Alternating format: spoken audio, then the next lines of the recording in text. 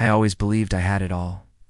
A loving wife, Sarah, who I'd been with for 10 years, and a best friend, Mark, who was more like a brother to me.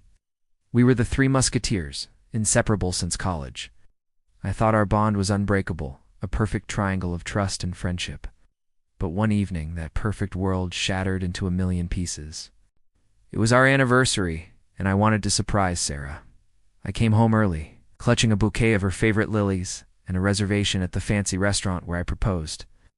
As I walked through the door, I heard voices from the living room, soft whispers and a familiar laugh. It was Mark. I smiled, thinking he'd come over to celebrate with us. But then I heard Sarah's voice, a tone I'd never heard before, low and intimate. "He'll never find out," she whispered. "He trusts us too much." My heart stopped. The flowers slipped from my hand, scattering across the floor.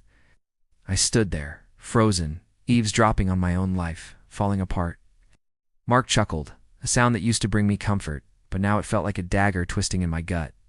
"Are you sure?" he asked. "We've been so careless lately, I couldn't breathe. It felt like the air had been sucked out of the room. Careless.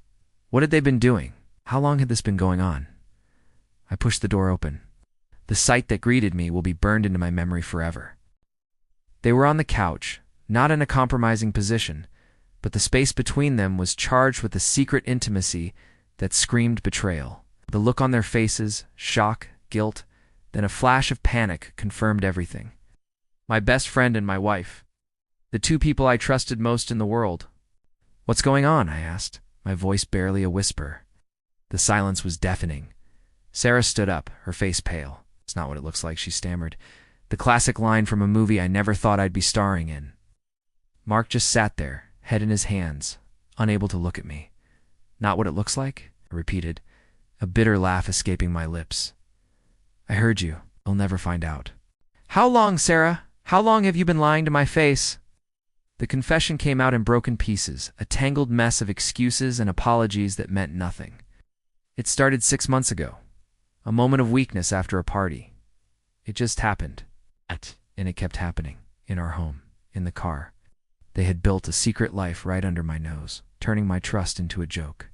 The pain was physical. It felt like my chest was being ripped open. I looked at Mark, the man I would have taken a bullet for. "You," I said, my voice shaking with rage and grief. "You were my brother." He finally looked up, his eyes filled with tears. "I'm so sorry," he croaked. But sorry couldn't fix this. It couldn't erase the images now flooding my mind every time they were alone together. Every inside joke I wasn't a part of.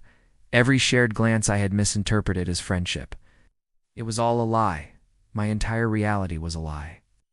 That night, I packed a bag and left the home I had built with Sarah. I walked away from my marriage and my best friend.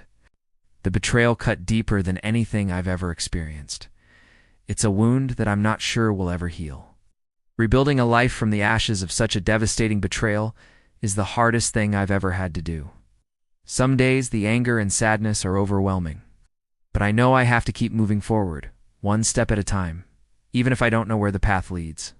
This story is a painful reminder that sometimes the people closest to you can cause the most profound hurt. If you've ever felt a pain like this, know that you are not alone. Thank you for listening.